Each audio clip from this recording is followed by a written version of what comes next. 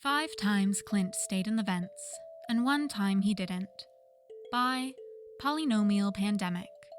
Read by My Lost and Found. Chapter 2.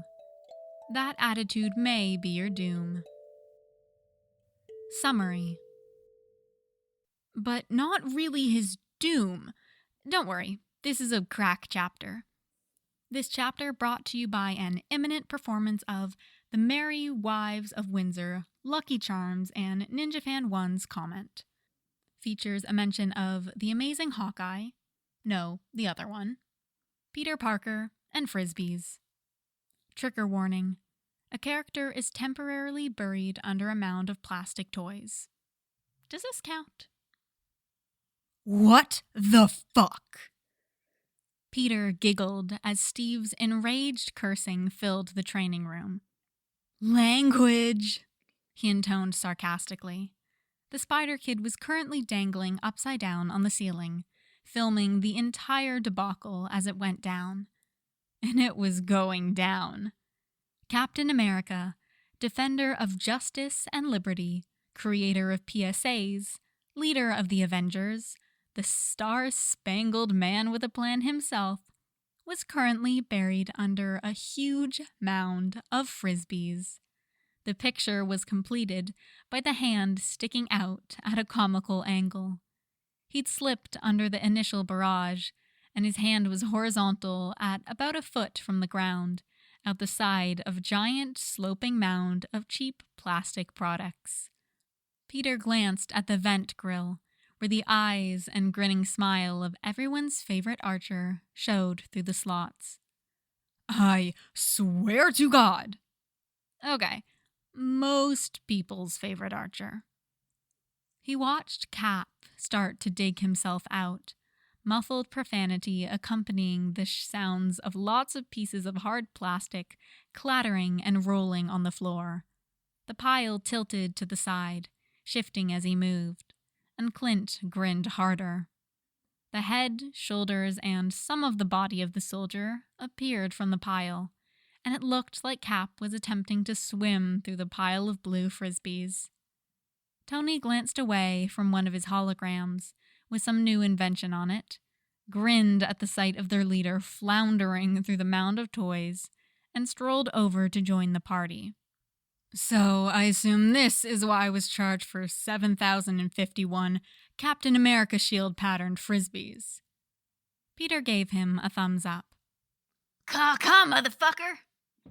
Finally extracting himself with one last push, slither, slide, and with a comical expression of rage on his face, Steve scanned the room, glared at Peter, who shrugged back, as if saying, "I'm just filming, don't look at me," and finally noticed the eyes in the air vents, probably because of the uproarious laughter coming from that vicinity.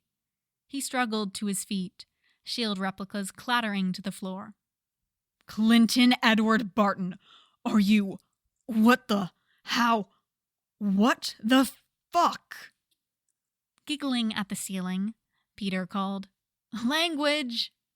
and dodged the returned glare by hiding behind his recording Stark phone. Drawn from the next room by the noise, Nat entered from the hallway. She frowned, catching the end of the last sentence. Clint's middle name isn't Edward. Exasperation barely contained, Cap turned to her. I don't fucking care. I just picked the worst, most boring middle name I could think of. Hey, Tony protested. That's my middle name. Clint's grin only widened. Seems appropriate. His face disappeared from the vents. Tony frowned at the irate captain. It's not like you have ground to stand on, Steve Grant Rogers. As he protested, Steve stormed over to the vent, glaring through it. Clint, you will get the fuck out of the vents right now. Floating through the wall, the archer's obnoxious voice seemed smugger than he had any right to be. Make me, Capsicle.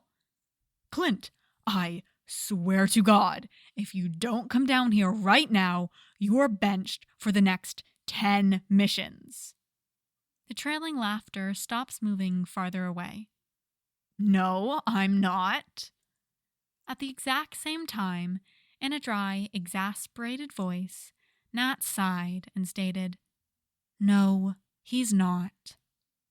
Steve unbent a little. No, you're not. But seriously, why? Peter piped up from his upside-down filming vantage point. Because it's funny. He grinned down at the other supers. Seriously, that was one of the best things I have ever seen. Payback, Clint claimed. You're always throwing your shield at everyone. It's only fair that you should have some thrown at you. You're so immature. God. Cap seemed to be getting over his exasperation and turned towards the door, bending over at the edge of the pile to hurl a frisbee at the vent Clint had been occupying. He slammed the door behind him. Did you get a good angle? Hawkeye's face appeared behind the obscuring vent again. He glanced at Tony and Natasha. We're gonna post it online, he explained. Serves him right for eating the last of the cookies. Nat shook her head, completely unsurprised. The captain's right, Hawk guy. You really are a child. Hey, Clint said. It's Hawk-Eye. Not according to Kate, and everyone who knows about her. Damn it, Clint sighed. Can't contest that. That girl's a menace with her Skittles arrows. I'm gonna point out I was Hawkeye first, though. The assassin ignored him. So, she turned to address Tony and Peter. What the fuck are we going to do with 7,051 frisbees?